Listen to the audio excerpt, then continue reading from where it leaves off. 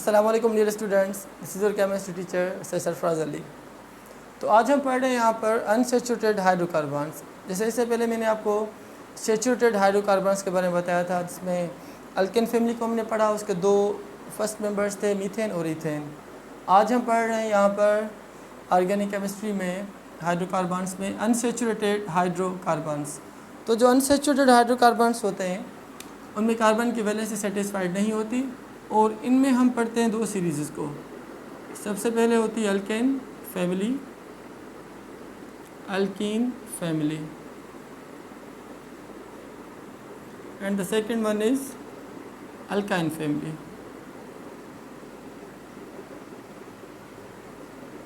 Alkyne family, ठीक है बच्चे। तो जो अल्केन फैमिली होती है, इसका इंट्रोडक्शन मैंने आपको दे दिया था, थोड़ा और रिपीट कर रहा हूँ इसको। तो अल्केन फैमिली में अल्कीन जो होती है, अल्कीन्स, इनमें कार्बन कार्बन में डबल बॉन्ड होता है, जबकि इन केस ऑफ अल्काइंस तो यहाँ पे कार्बन कार्बन के बीच में एक ट्रिपल बॉन्ड होना बहुत ज़रूरी है।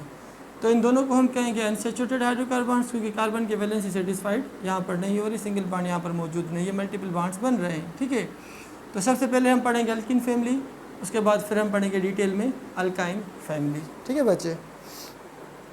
तो start with the alkyne family. अब जो अल्कीन फैमिली है, जैसे मैंने आपको कहा, इसके अंदर कार्बन के अंदर डबल बॉन्ड होगा ज़रूर, पूरी चेन के अंदर एक डबल बॉन्ड होना ज़रूरी है। तो अल्केन फैमिली का जो जनरल फार्मूला हम पढ़ते हैं, जनरल फार्मूला इसका है बच्चे, वो है CnH2n,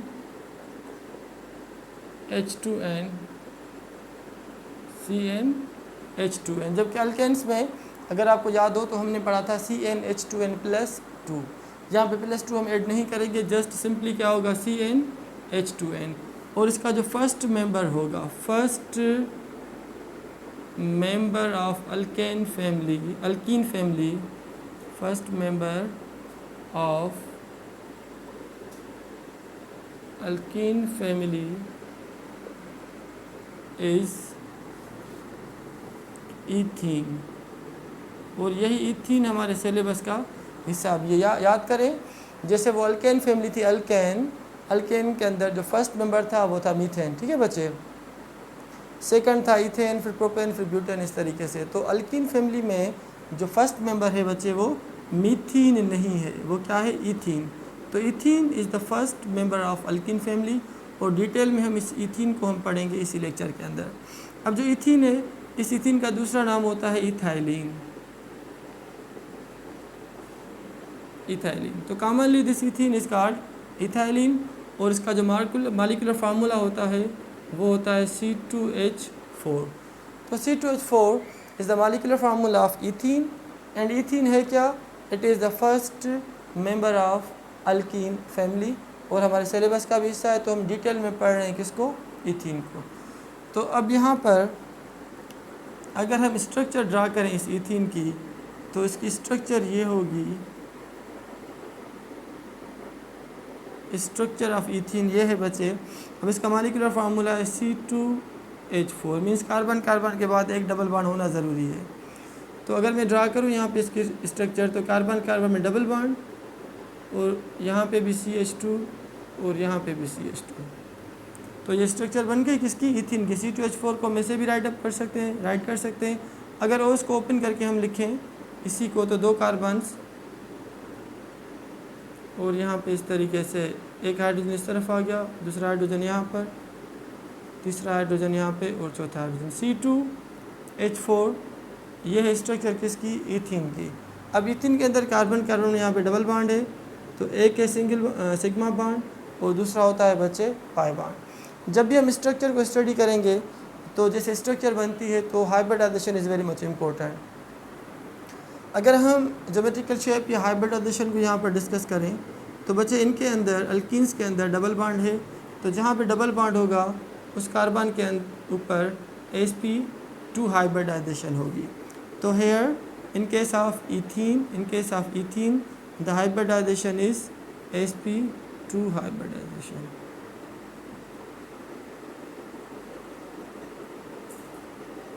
ये बातें बहुत इंपॉर्टेंट, अगर आपसे कोई पूछे कि what is the hybridization in ethene. तो ethene is a member of alkene family. Alkenes means double bond.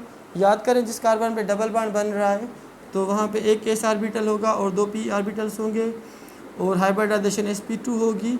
अच्छा एक बात बहुत इंपॉर्टेंट यहाँ पे, जैसे हमने बेसिक्स में पढ़ा था हाइब्रिडाइजेशन में, sp2 हाइब्रिडाइजेशन में एक s और 2 p ऑर्बिटल्स ओवरलैप हो रहे हैं। तो जबकि हमें पता है कि p सब शेल के 3 होते हैं ऑर्बिटल्स, px py और pz। तो यहाँ पे दो जो फर्स्ट वाले हैं सपोज px और py वो हाइब्रिडाइज्ड हो रहे हैं, बाकी जो तीसरा बच रहा है जिसे हम कहते हैं pz ऑर्बिटल वो इसके अंदर अनहाइब्रिडाइज्ड होगा।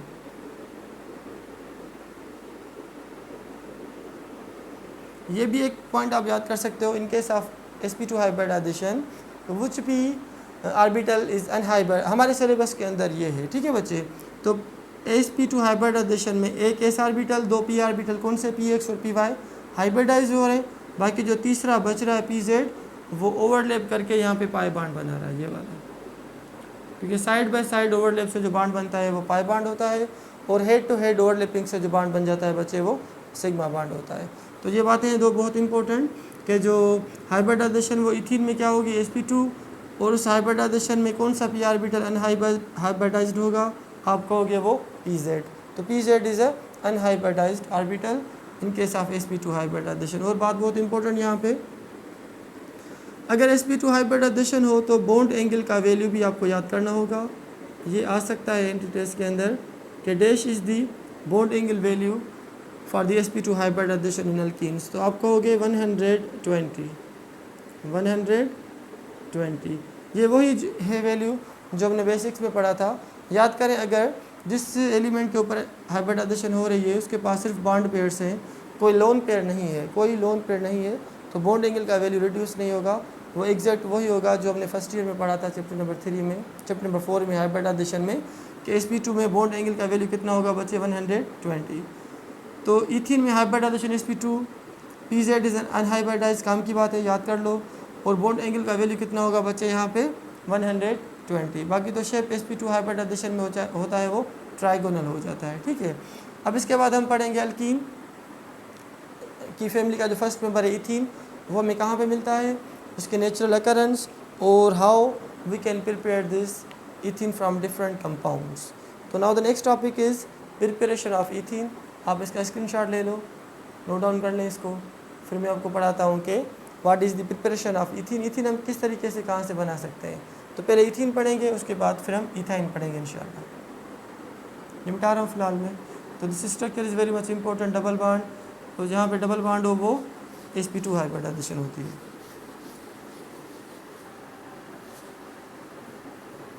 तो topic is very much important, organic chemistry याद करने की, समझो भी और याद भी करो। This reactions, preparation, chemical properties, physical properties, the uses, समझना कम, याद करना बहुत ज़्यादा।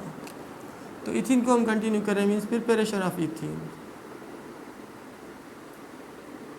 प्रिपरेशन ऑफ इथीन की हम कैसे प्रिपरेशन कर सकते हैं, उससे कुछ मैंने ट्रिक्स यहाँ पे रखे हैं, कुछ रिएक्शंस मैंने यहाँ पे रखे हैं। सपोज सबसे पहले लिखा हुआ है डिहाइड्रेशन ऑफ अल्कोहल्स। जब अल्कोहल से हम पानी निकालेंगे, वाटर निकल जाएगा, तो हमें क्या मिल जाएगा, इथीन। इसी रिएक्शन को मैं सपोज यहाँ पे रीराइट कर रहा हूँ। फर्स्ट वाला रिएक्शन इथाइल अल्कोहल, ठीक है बच्चे।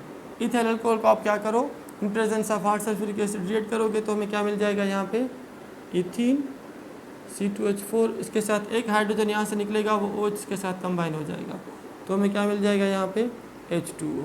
तो डिहाइड्रेशन मीन्स जो टॉपिक है क्या बच्चे, देखो प्रिपरेशन में सबसे पहले dehydration, de means removal, hydra means water. तो रिमूवल ऑफ वाटर कहाँ से, from the alcohols, gives us the major product that is alkene. और अल्कीन का जो मेंबर हम यहाँ पे पढ़ रहे हैं वो बच्चे क्या है, इथीन। तो ये भी एक तरीका होता है इथीन को प्रिपेयर करने का, कहाँ से, from ethyl alcohol by the process of dehydration of alcohol. Second one is dehydrohalogenation of ethyl chloride. ये फर्स्ट मेंबर था। सेकंड का जो नाम है बच्चे वो डिहाइड्रोहेलोजिनेशन, डिहाइड्रोहेलोजिनेशन। अच्छा, डिहाइड्रोहेलोजिनेशन किसकी बच्चे, इथाइल क्लोराइड की, ऑफ इथाइल क्लोराइड। अब इथीन बना रहे हैं तो हम यूज़ कर रहे हैं इथाइल क्लोराइड, अगर प्रोपीन बनाएंगे तो प्रोपाइल क्लोराइड हम यूज़ करेंगे। तो इथाइल क्लोराइड, ठीक है बच्चे। इसके हम क्या कर रहे हैं, डीहाइड्रोहेलोजिनेशन, इस वर्ड को समझें आप। अच्छा, यहाँ पे हम यूज़ करेंगे सपोज पोटेशियम हाइड्रोक्साइड इन अल्कोहलिक मीडियम,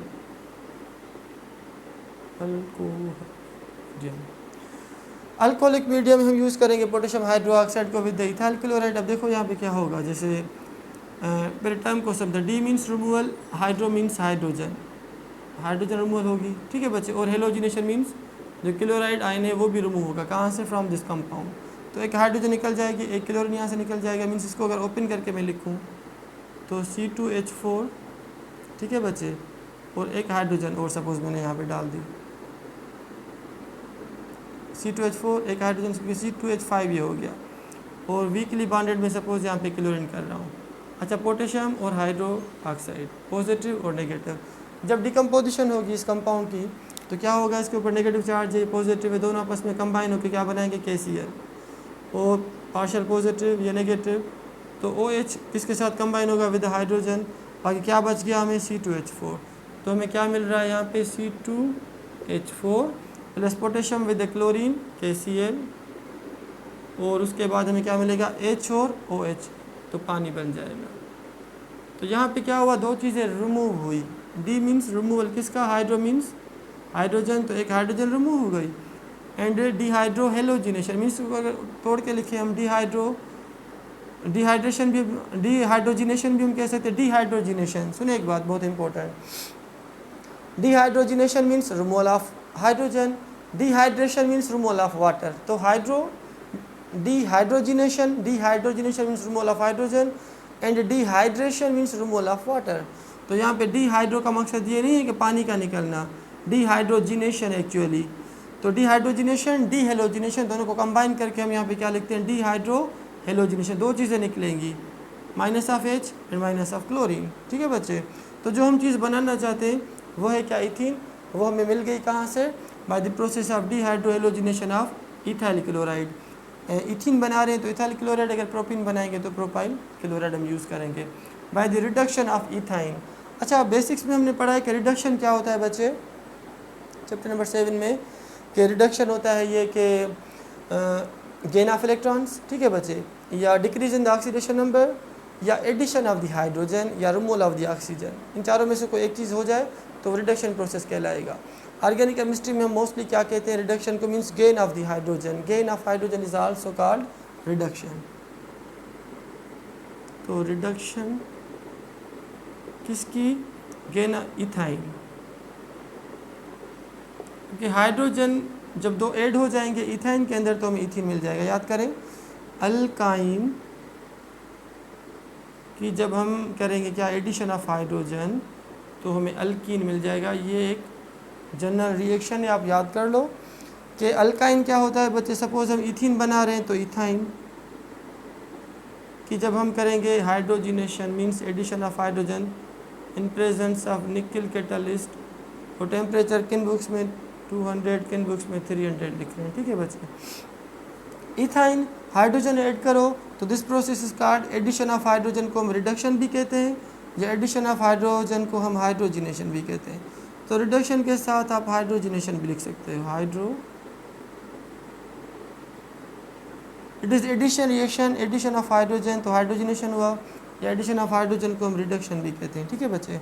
तो इथाइन में जब हाइड्रोजन ऐड हो गए इन प्रेजेंस ऑफ निकल at temperature 300 will get alkyne. Alkyne means यहाँ पे हमें क्या मिलेगा बच्चे, C2H4 इथीन, इथाइन में से इथीन, इथाइन में से इथीन, C2H4। तो this is the third method for the preparation of ethene from different compounds.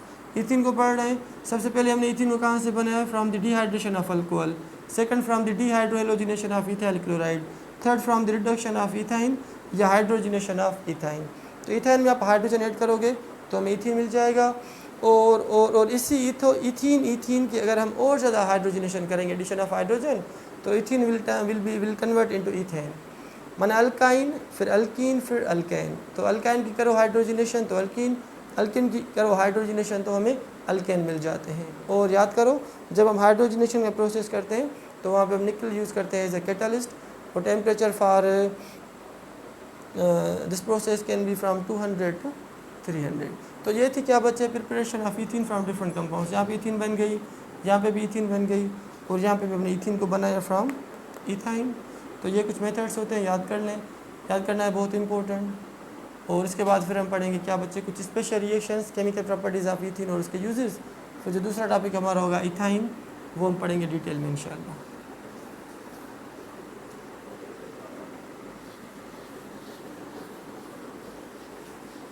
Now the chemical properties of ethene. अच्छा, एक एमसीक्यू इसका जो आ सकता है एंट्री टेस्ट में।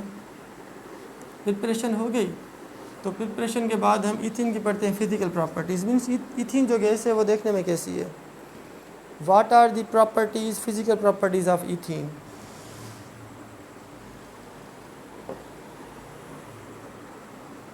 अब देखो बच्चे, the next topic is physical properties.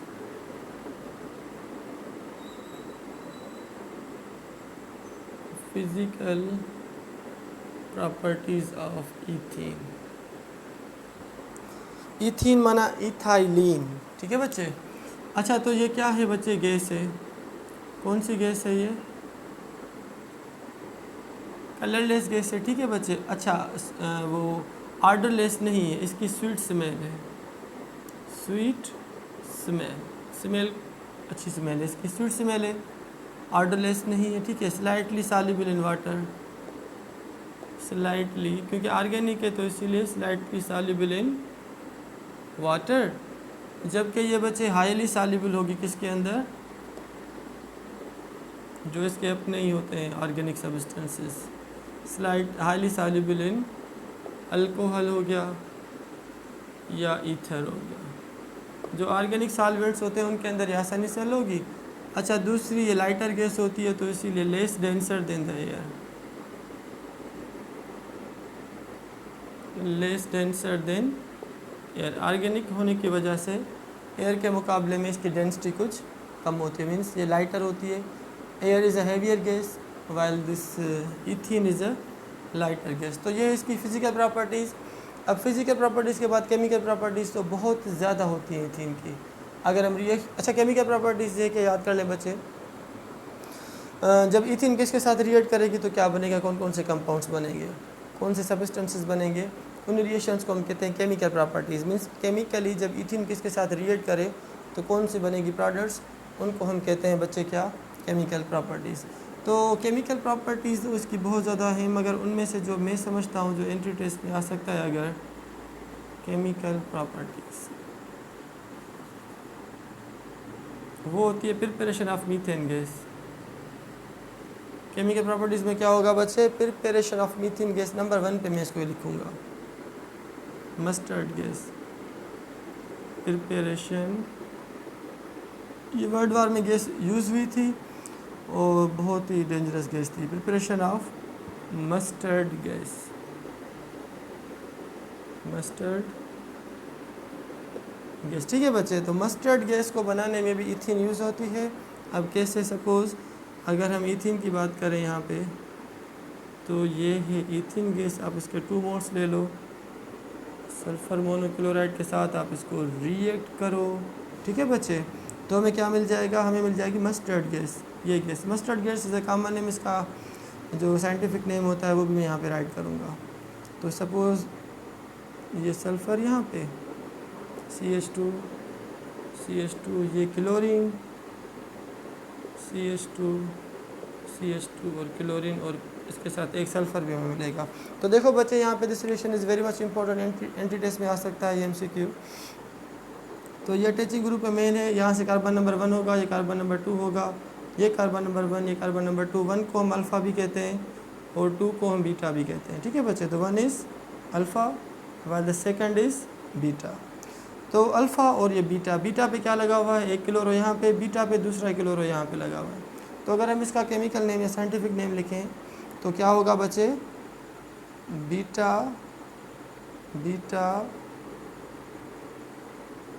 Dichloro,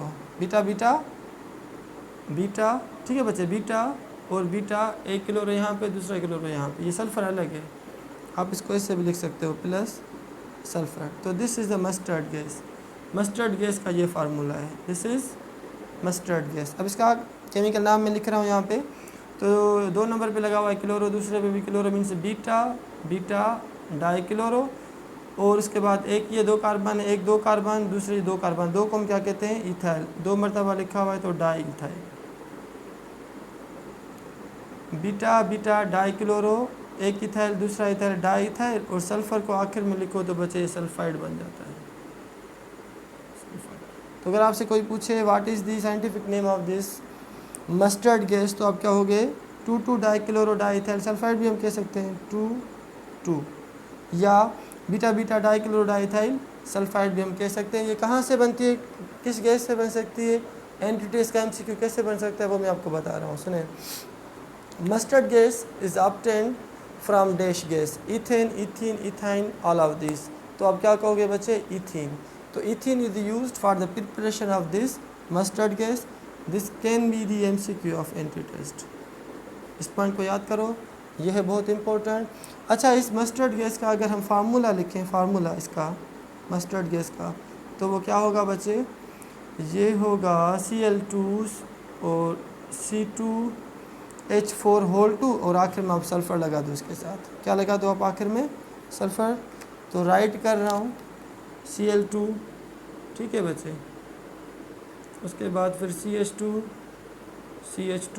whole 2, ठीक है, Cl2 CH2 होल 2, और आखिर में सिर्फ एक सल्फ़र लगा हुआ है। तो this is the molecular formula, expand किया है। ये इसका कॉमन नेम मस्टर्ड गैस, और ये इसका आयुपिक नेम जो यहाँ पे लिखा है बीटा डाइक्लोरो डाइथाइल और सल्फाइड। तो इथीन की, अच्छा और यूजेस कौन कौन से इथीन के होते हैं, मेन यूजेस का बच्चे क्या होता है कि it is use in the making this mustard gas, और ये एनेस्थेटिक होती है, इट इज़ एनेस्थेटिक।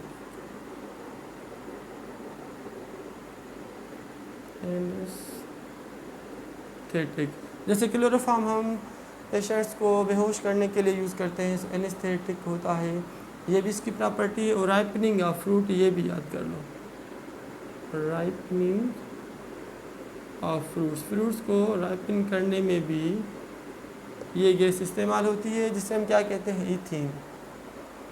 3 प्रॉपर्टीज़ बचे, एनेस्थेटिक भी है, राइपनिंग ऑफ द फ्रूट्स में भी इथीन गैस इन्वॉल्व होती है, और जो बड़ा use most important MCQ based जो पॉइंट है इसकी, वो इथीन जो मस्टर्ड गैस बनाने में भी यूज़ होती है। बाकी अगर हम इसकी करें, सपोज जैसे हम कहते हैं कि KMnO4 के साथ रिएक्ट करें तो प्रोडक्ट हमें क्या, इथाइलिन ग्लाइकोल मिलेगी।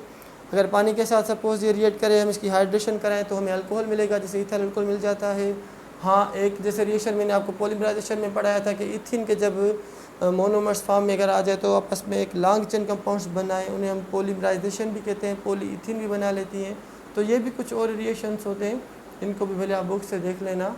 बाकी जो मेरे नज़र में जो इम्पोर्टेंट मोस्ट आ सकता है एंटी टेस्ट में, वो ये है क्या कि मस्टर्ड गैस कैसे बनती है, उसका नाम क्या है, कॉमन नेम, आयुपिक नेम, और किस तरीके से हम बनाते हैं मस्टर्ड गैस, और कौन सी गैस हम यूज़ करते हैं मस्टर्ड गैस के अंदर, फ्रॉम अल्कीन या अल्काइन। तो आप कहोगे बच्चे अल्कीन की जो गैस होती है ethene, it is used in this. अच्छा, और इसका जो मेन यूज़ मैंने आपको बताया कि जो इथीन नेचुरली हमें कहाँ से भी मिलती है, प्रिपरेशन तो हो गई, बाकी कोल गैस होती है, जैसे हमने पढ़ा था बेसिक्स में चैप्टर नंबर 6 में कि जो कोल होता है जब हम उसकी करते हैं डिस्ट्रक्ट डिस्टिलेशन तो हमें कोल गैस, कोल टार और कोक भी मिल जाता है, ठीक है बच्चे। तो जो कोल गैस होती है उस कोल गैस में 9%, ये भी MCQ आ सकता है कि this ethene is how much बाबा, 9% प्रेजेंट इन कोल गैस। तो कोल गैस के अंदर इथीन कितना % मौजूद होती है, आप कहोगे 9%। याद करो, याद करना है बहुत इंपॉर्टेंट। या इथाइन की अगर बात करें, इथाइन जो इसका नेक्स्ट टॉपिक है मेरा, तो इथाइन भी अंदाज़न 10% मौजूद होती है किसके अंदर, फ्यूल गैस या इस कोल गैस के अंदर। तो coal gas is a rich source of unsaturated hydrocarbons including ethene and ethyne. तो इथीन यहाँ पे कंप्लीट हो गया, ख़त्म हो गया। बाकी इसके बाद हम स्टार्ट करते हैं the second unsaturated hydrocarbon is alkyne family, और अल्काइन फैमिली का जो फर्स्ट मेंबर होता है उसे हम कहते हैं इथीन। शाबाश, नोट डाउन कर लो, तस्वीर ले लो इसकी, फिर हम पढ़ेंगे क्या बच्चे, इथाइन इन डिटेल।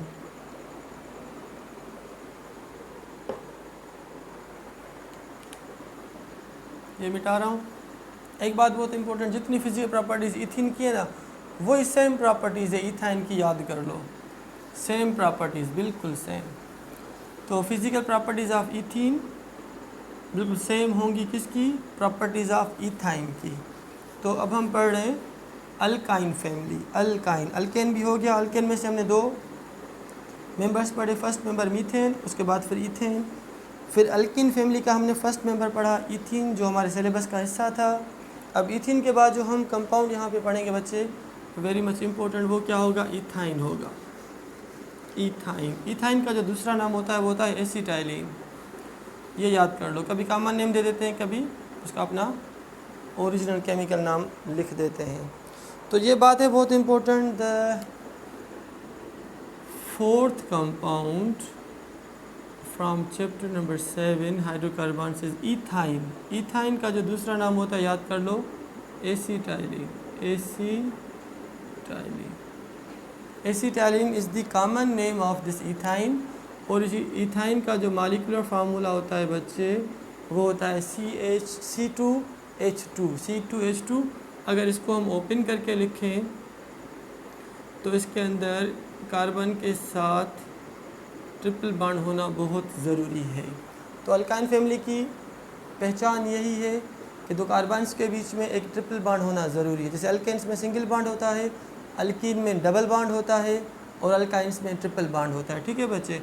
इस इथाइन का जैसे मैंने आपको कहा, नेचुरली ये हमें कोल गैस में से कितना percent, about 10% of coal gas contain this ethyne, 10% in coal gas के अंदर मौजूद होती है। और कोल गैस हम कहाँ से लेते हैं, from the destructive distillation of the coal. Solids के लिए हम यूज़ करते हैं डिस्ट्रक्टिव डिस्टिलेशन, और लिक्विड्स के लिए हम यूज़ करते हैं फ्रैक्शनल डिस्टिलेशन। ये मैंने आपको लास्ट लेक्चर में बता दिया था। ठीक है बच्चे।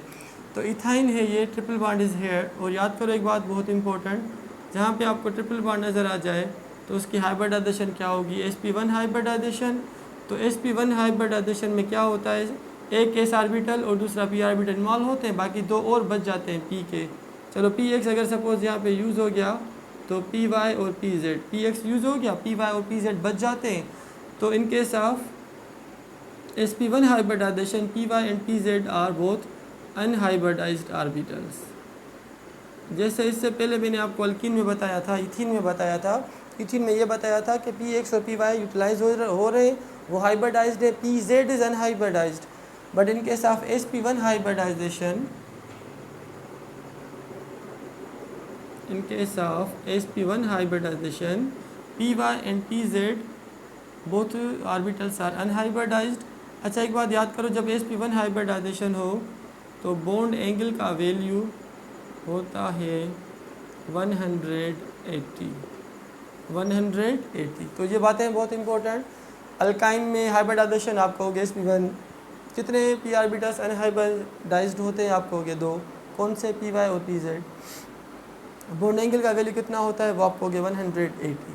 तो ये होगी स्ट्रक्चर के बारे में। अच्छा प्रिपरेशन के मैंने कुछ यहाँ पे रिएक्शंस लिखे हैं। जैसे सपोज हम सबसे पहले इथाइन को बनाएंगे कहाँ से, फ्रॉम कैल्शियम कार्बाइड। तो calcium carbide is inorganic substance, ये ऑर्गेनिक नहीं है, याद करो। जैसे हमने बेसिक्स में पढ़ा था, oxides, carbonates, bicarbonates and carbides of carbon are inorganic in nature.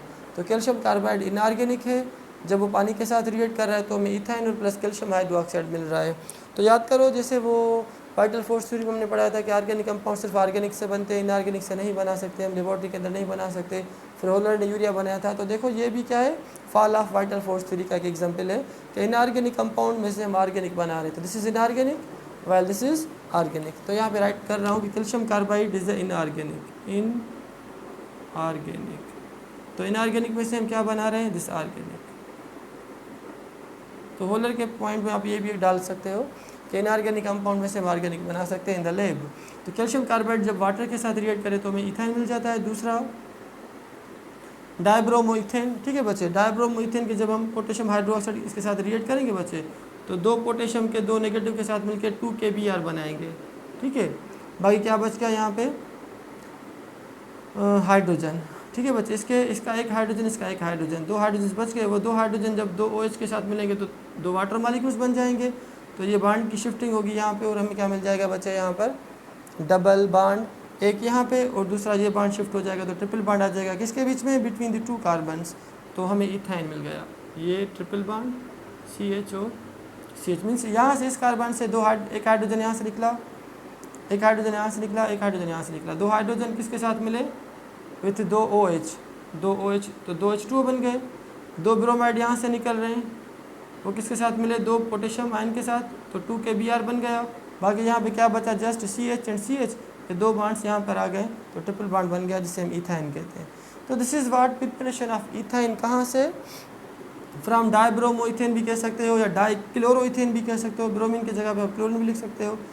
अच्छा, इसके बाद और बहुत इंपॉर्टेंट रिएक्शन ये जैसे हम पढ़ते हैं ना एडिशन रिएक्शंस, जो मैंने आपको पहले बताया था कि इथाइन में से इथीन, इथीन में से इथेन, माना हम ये जो इथाइन बनाना चाहते हैं बच्चे, तो उसके 2 मेजर रिएक्शंस जो प्रिपरेशन के रिएक्शंस वो 2 मैंने आपको बता दिए। First from the calcium carbide, second from the dibromo ethane. ये इसकी फिजिकल प्रॉपर्टीज़। अच्छा, फिजिकल प्रॉपर्टीज़ में यहाँ पे ये लिख रहा हूँ, फिजिकल प्रॉपर्टीज़ में जैसे आपको याद करने में आसानी हो कि फिजिकल प्रॉपर्टीज़ में आप लिखो कि लाइक इथीन,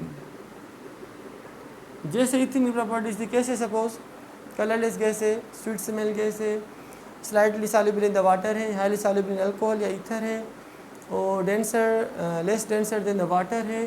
बाकी इसमें एक प्रॉपर्टी आप और ऐड कर दो इथाइन के अंदर कि ये हाईली एक्सप्लोसिव है। ऑन कंप्रेशन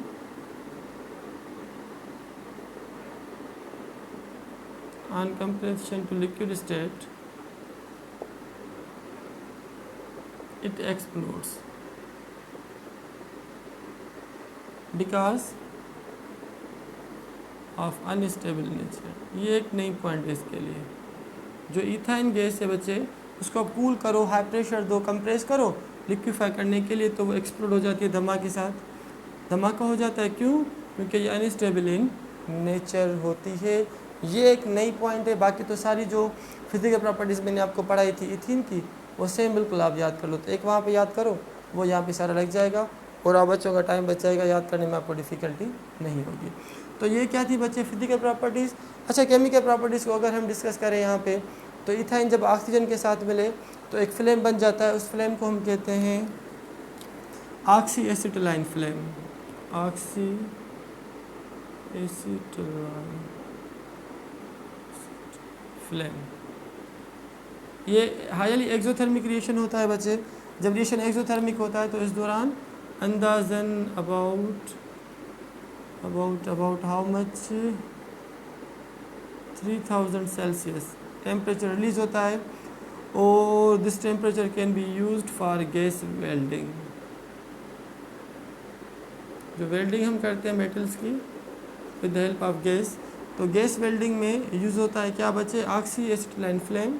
वो जब हम ऑक्सीडेशन कराते हैं इथाइन की तो हमें ये फ्लेम मिल जाता है, क्योंकि this reaction is highly exothermic reaction. Highly exothermic reaction है।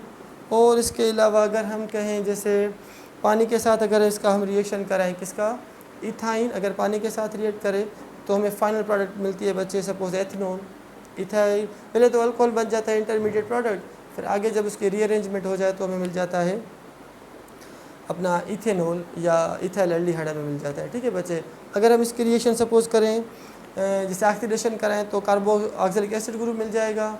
या ये जो इथाइन है इसको और हम यूज़ करते हैं कहाँ पे? जैसे इथाइन को आप यूज़ करो किसी मेटल के साथ, अगर मेटल की एक्सट्रैक्ट करना हो, हेवी मेटल्स को निकालने हो तो वहाँ पे भी हम इथाइन को यूज़ करते हैं। तो ये इसकी केमिकल प्रॉपर्टीज़ है क्या कि मेटल्स को रिकवर करने के लिए हम यूज़ करते हैं कार्बोक्सिलिक एसिड HCOOH या फार्मिक एसिड जो होता है उसको बनाने में, इथाइल अल्कोहल को बनाने में, इथेनॉल को बनाने, तो बहुत ज़्यादा ऑर्गेनिक कंपाउंड जैसे फंक्शनल ग्रुप्स होते हैं। तो ethyne can be use to prepare ethyl alcohol, ethyl aldehyde, acetic acid या फार्मिक एसिड या पॉलीविनाइल क्लोराइड को भी बनाने में हम इस इथाइन को यूज़ कर सकते हैं। ठीक है बच्चे। तो यूज़ से बहुत आसान, टेक्स्ट बुक से आप पढ़ लो, याद कर लो, और अगर उनमें से कोई MCQ आ जाए तो भले आप उसको नोट डाउन भी कर लें। बाकी तो ये सारी बातें जो मैं समझ रहा हूँ जो एंट्री टेस्ट में आ सकती हैं, जो इंपॉर्टेंट है, वो मैंने आप बच्चों के साथ शेयर की है। अगर आप बच्चों को बात समझ में आ रही है तो kindly do like subscribe this YouTube channel Sarfaraz chemistry tutorials. और जो आपके 2 फ्रेंड्स हैं, क्लास फेलोज़ हैं, क्लासमेट्स हैं, उनको बताओ अगर केमिस्ट्री पढ़नी है, कोई डिफ़िकल्टी हो रही है तो you can go through the YouTube channel Sarfaraz chemistry tutorials. इसके बाद दूसरा लेक्चर मैं आपके लिए बनाऊंगा फ्रॉम द बेंजीन, उसकी प्रिपरेशन, केमिकल प्रॉपर्टीज, यूजेस और electrophilic substitution reactions. Thank you very much.